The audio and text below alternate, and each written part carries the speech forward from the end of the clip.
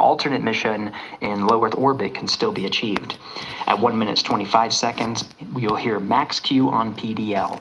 This notes that reaching the moment of maximum dynamic pressure on the spacecraft. This event happens to be in line with a communication switch to another ground station, the Ponce de Leon Inlet Tracking Annex, located about 35 miles north of Kennedy. At 2 minutes 45 seconds, you'll hear SM primed upper stage RCS ready.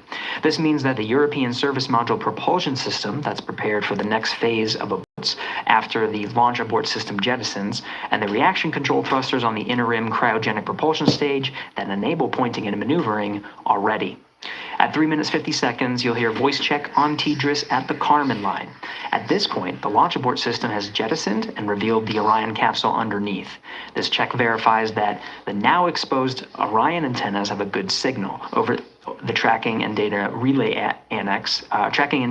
satellites, which is part of a geosynchronous satellite network and the same assets that are used aboard the International Space Station.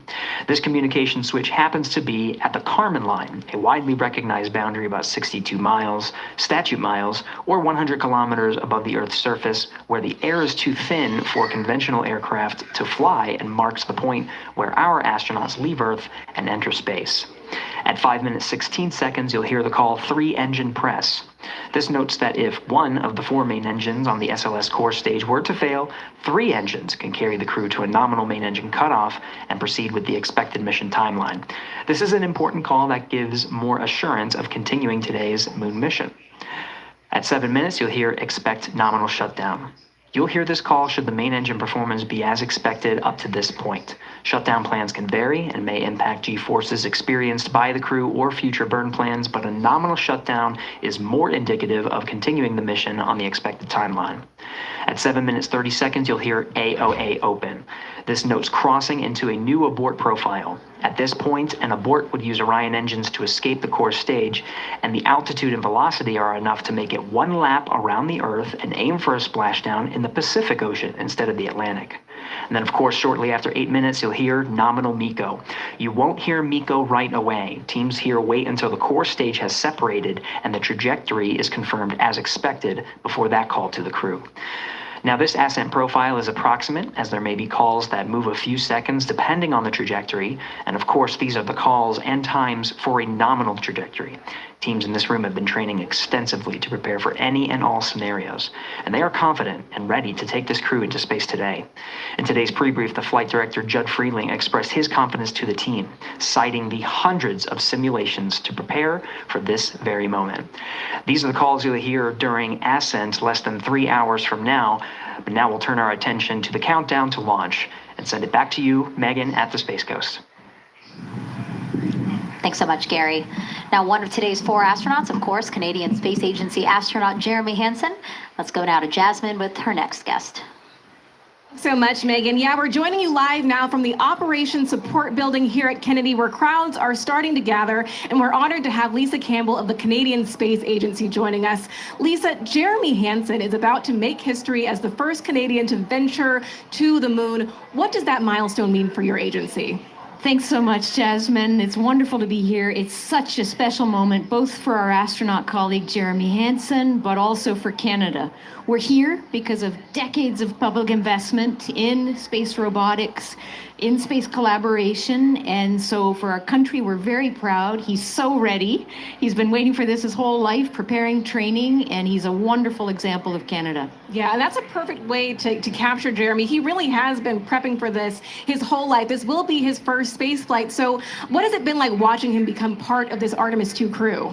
Well, as I mentioned to you, I've known Jeremy since 2020, and he's a colonel, a fighter pilot, a father, and he really is a very dedicated, passionate human being. So both for him to realize this goal of being an astronaut and flying, he also is hopeful that witnessing that will raise awareness about the value of a space program, of the benefits here on Earth, of exploring the universe and our place in it.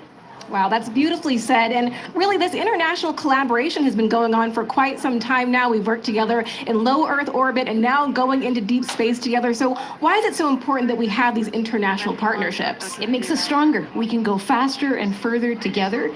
Canada is one of the original signatories of the Artemis Accords, and Canada and the United States have been partnered for more than 60 years in space. Wow, that is phenomenal, Lisa. And this really is a team effort in many ways. We also have Jenny Gibbons.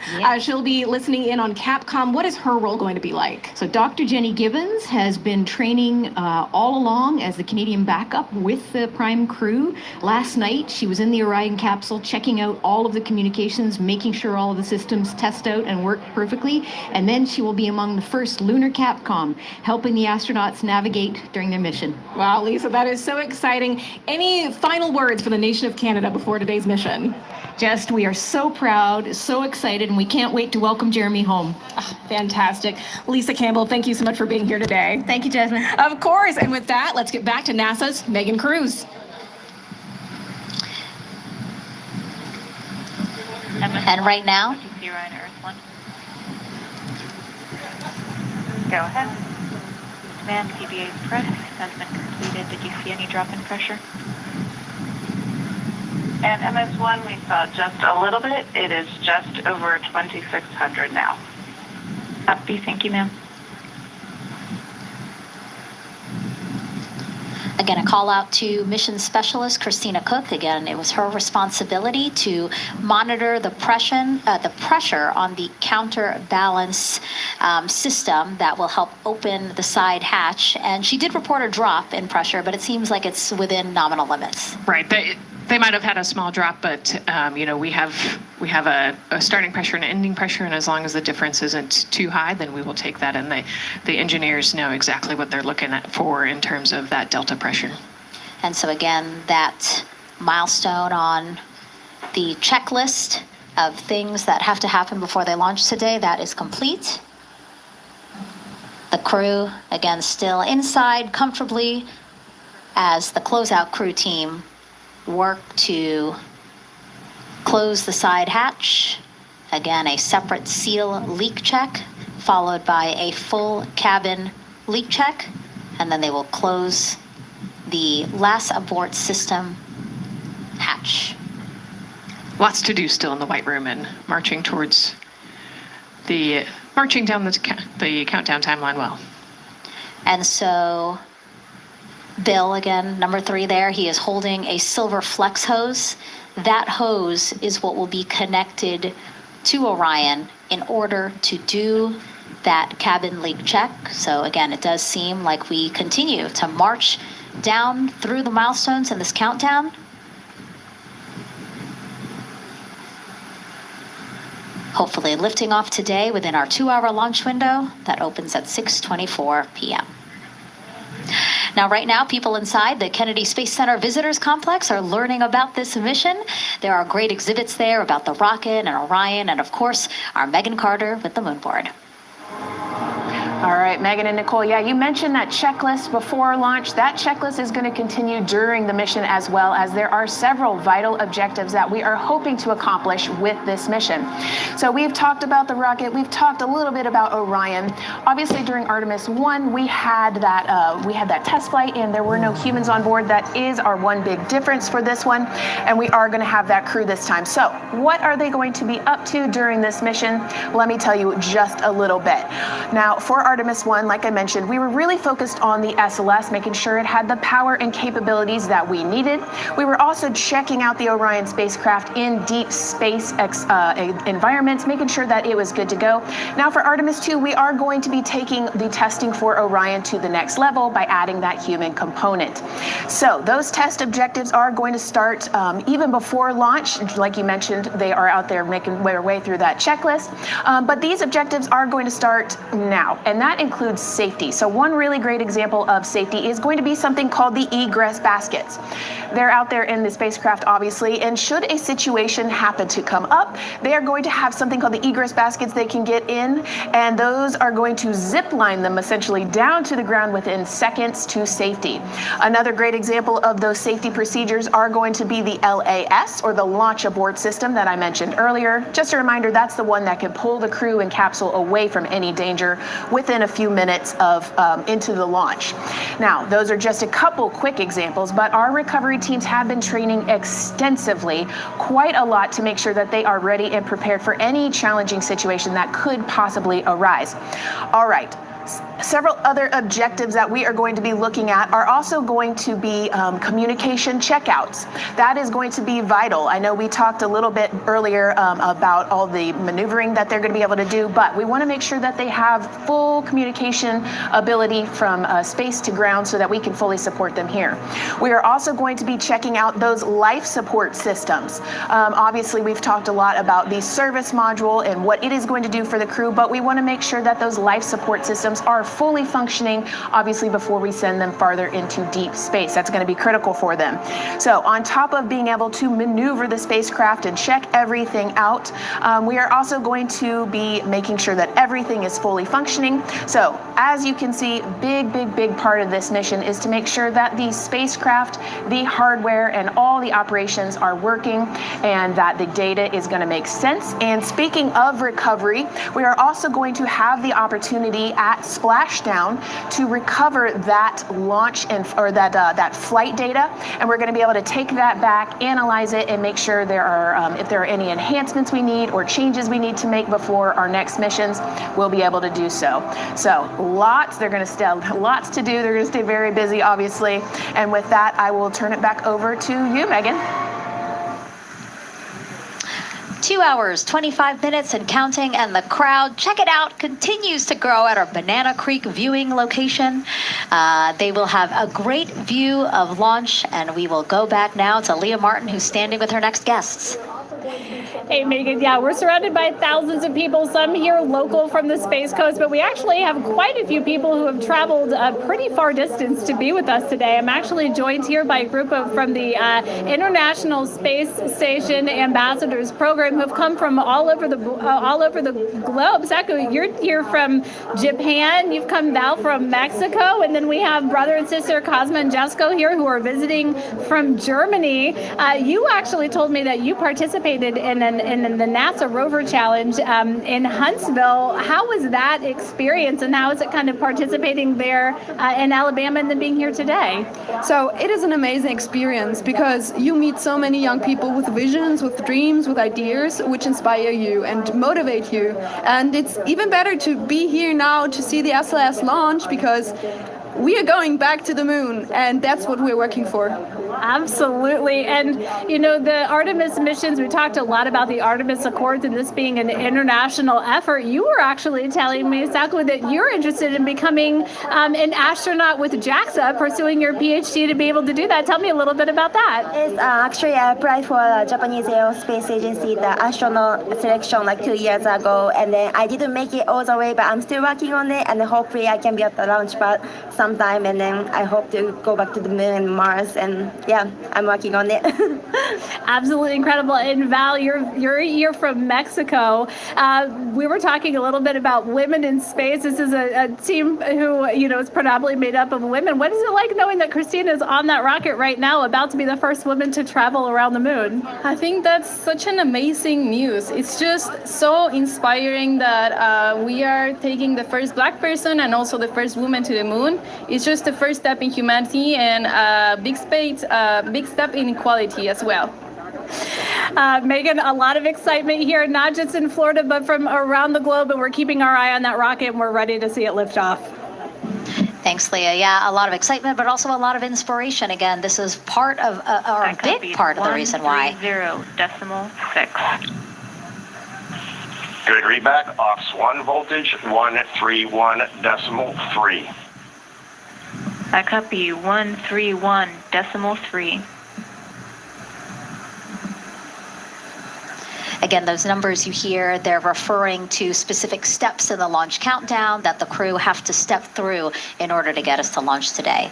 And so we were saying, yes, inspiration, a big part of why NASA does what it does. We want to go together and we want to explore together to learn more about ourselves and here on Earth. Yeah, humans, I think, naturally want to explore, and so going together, like Lisa said earlier, we're going to go farther and faster than we possibly can alone. And,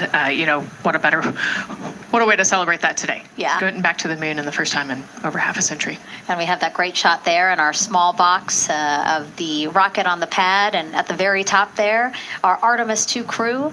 Right now, we know that the crew has begun the closeout crew has begun doing that cabin leak check. So they are currently pressurizing the cabin, and it sounded like it would take about 6 to 8 minutes for them to get to pressure, and then they have to hold that pressure for 5 minutes, right? Yes, that's correct. Yeah, so there's quite a bit of volume. We talked about it being a 6-person tent. I think it's 330 cubic feet. Don't quote me on that number, but they have to, like we talked about, take that initial pressure, wait 5 minutes, and take the second pressure. Yeah, and then it takes about 6 to 8 minutes again to depressurize the cabin. So this process will take a few minutes. OTC ascent switch configuration complete. OTC copies. Thank you. And then after the cabin leak checks, then they will finally close the last abort system hatch. So again, chugging along in the countdown, really excited to, again, continue to hear the crew's voice inside Orion, stepping through all the procedures. Yes, it's exciting to hear them making progress, right? It's all good news hearing the crew talk to the ground and working together to get to the launch. And what I think is really cool is that this is the first time NASA is going to have astronauts in low Earth orbit, but also in deep space at the moon. So here's a message from some of the crew aboard the International Space Station right now. Hello, Megan, and a big hello to everyone around the world counting down together to the launch of this historic flight test. If we weren't in microgravity, we would also be on the edge of our seats. Here on the International Space Station, all of us are honored to have the chance to wish our fellow explorers Godspeed. Throughout human history, the moon has sparked our imagination, curiosity, and wonder. With our return to the moon, we're not only going to be learning about its history, the history of our solar system and of our planet, but also about our place in the cosmos. We are so proud of the Artemis team and so excited for what you will see and learn on behalf of all of humanity during your trip around the moon. As we push the boundaries of exploration and expand our knowledge with scientific discovery, we advance our collective civilization together as one. Test flights are crucial to the mission of exploration. We all learn in test flight schools that the more challenging the missions are, the more incremental the tests should be.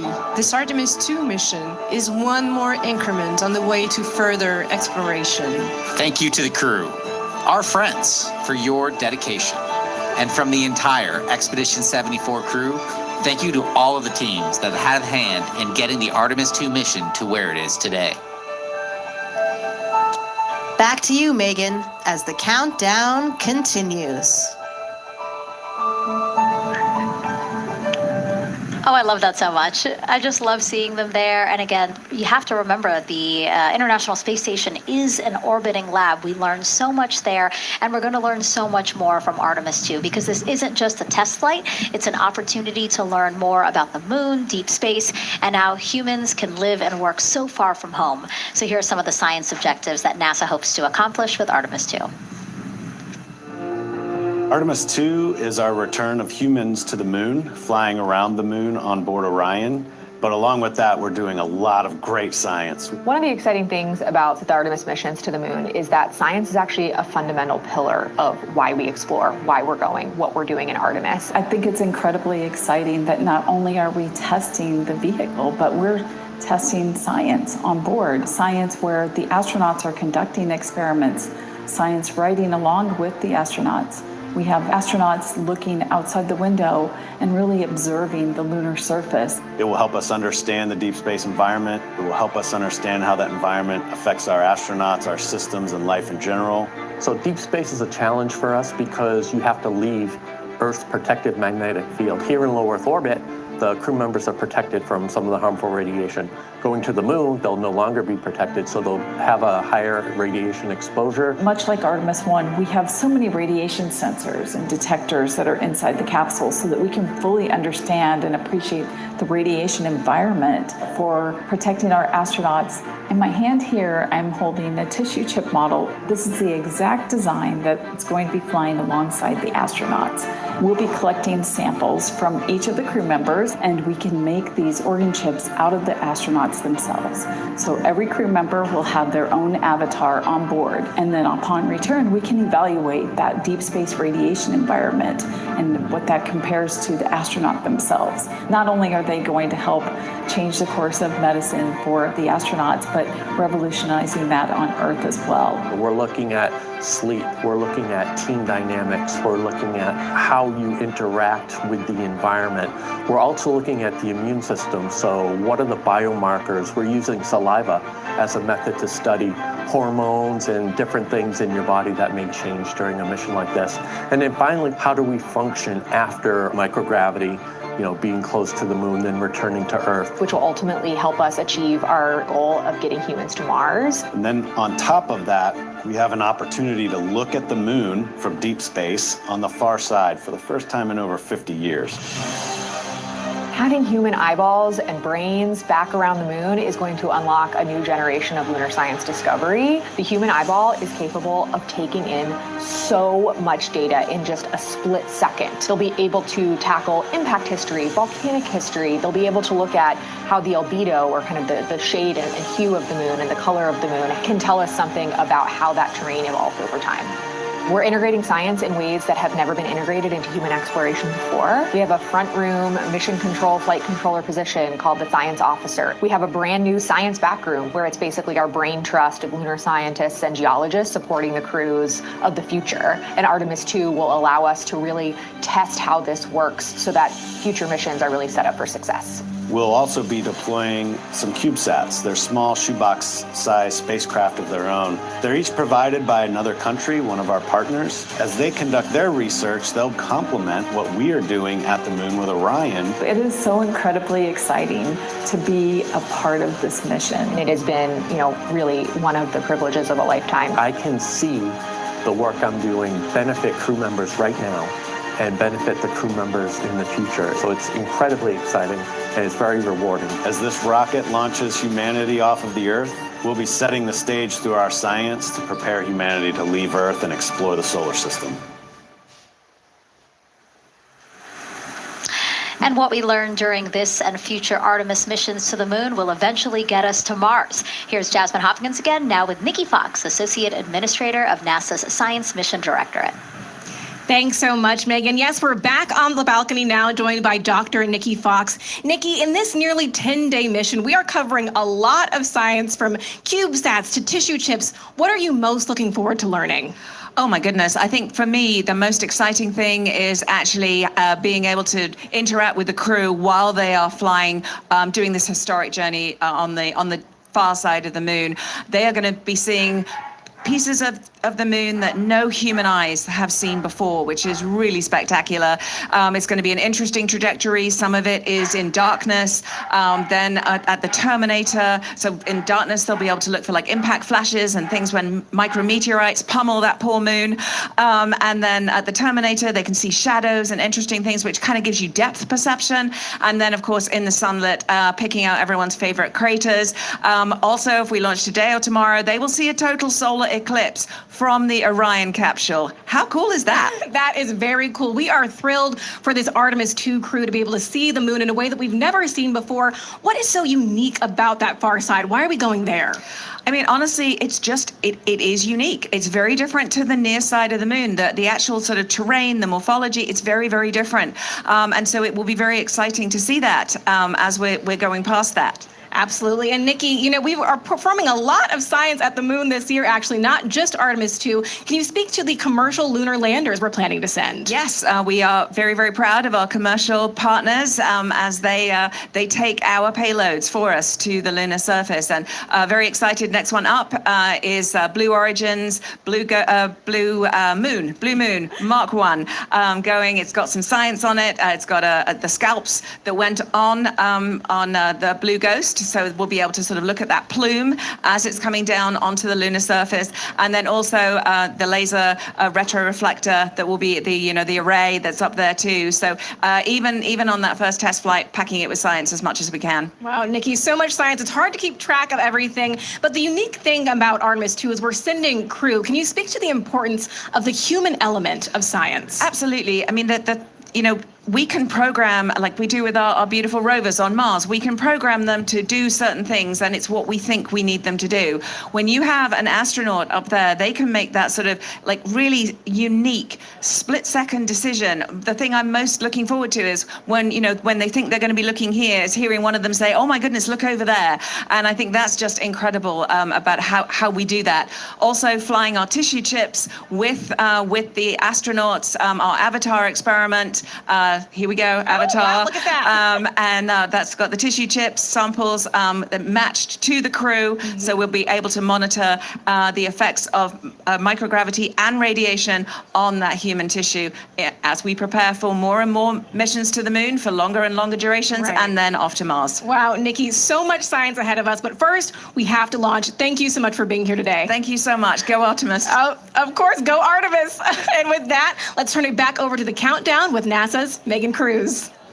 Nikki is so fun. She has so much energy and so much passion about the science. And again, yeah, it's just so important to remember that so much science is happening with this mission. It's not just to test out the hardware and the life support systems. Yeah, you saw the science video, and then we talked to Nick. Man, there's so much going on, right? We talked a little bit about the lunar observations that we're going to do.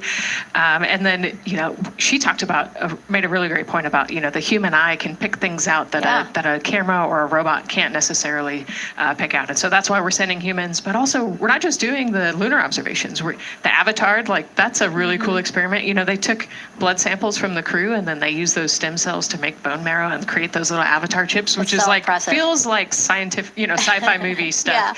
But, we're going to look at radiation. We're going to look at all sorts of different scientific experiments. We got the little CubeSats. We're going to go look at space weather. Lots going on. Yeah, even collecting some of the astronauts' saliva. You can learn a lot about the body through the saliva. So just really a lot in a small amount of time in a small capsule. Yeah, it's scientific discovery. That's why we go back to the moon. Yeah. And so again, her energy just so oh my God, I can't find the word. So wonderful. Awesome. I don't know why I couldn't find the word. So anyway, yeah, just really, again, thank you, Dr. Nikki Fox and Jasmine. And so Nicole, what about answering more questions? Let's do it. Okay, great. First one, what was the word I was trying to get at? No, I'm kidding. Let's have the first question up on the screen now.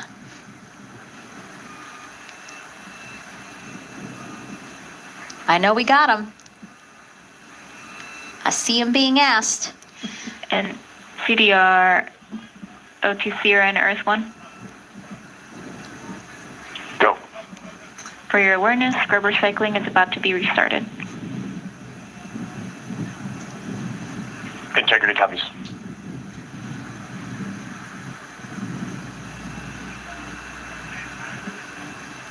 All right, let's try that again. Can we get the next social question, please? What are the G-forces experienced by the Artemis astronauts during launch and reentry? Ooh, these are actually pretty similar to a Dragon launch or a shuttle launch. We have to accelerate to get out of the Earth's atmosphere, and then we talked about the secondary burns that they will do to get away from Earth. But, for me personally, it kind of felt like we got slingshotted off the Earth is how I like to describe it. So, you get set back in your seat and the G forces are into your chest. CDR OTC or in Earth 1? Go ahead. Moon leak check complete. The cabin is going to be vented to flight pressure momentarily. Integrity copies.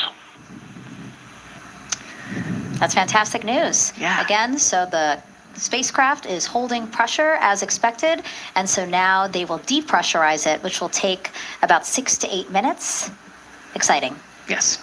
Yeah. Go ahead, Nicole. Like we sorry. talked about, continuing to march towards the launch. So the G-forces are into your chest, and it's kind of a slow build, and you can get all the way up to 4.5 Gs into the chest during the launch. And often they have to back off on the thrust a little bit so that you don't get too high in the G-forces.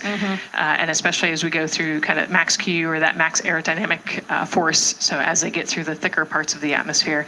And then very similar G-forces on the way home. So slow, steady build up to about 4.5 Gs as the rocket actually decelerates. You heard in one of the packages, when they come back, they're going to be going 7 miles a second. Gosh, that's And incredible. so you have to slow down somehow, and to do that, you have to actually, when you brake in a car, you feel those G-forces. And so for the astronauts, it'll just be, again, into the chest based on the orientation. Great. Thank you so much for that answer, Nicole, and for that question. We're going to continue to try to take as many as possible. Again, you know how to send them to us at NASA Artemis.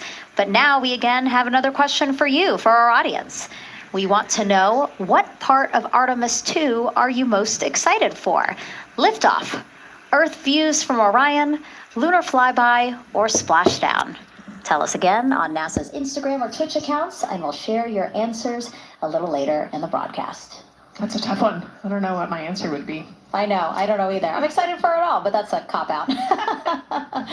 All right, now let's head back over to Banana Creek. Again, the crowd's there. Really excited. People coming from all over the country, from around the world. Why don't we get another check with Leah Martin to see who she's caught up with now? Well, Megan, we were a little while ago talking to some students from around the globe.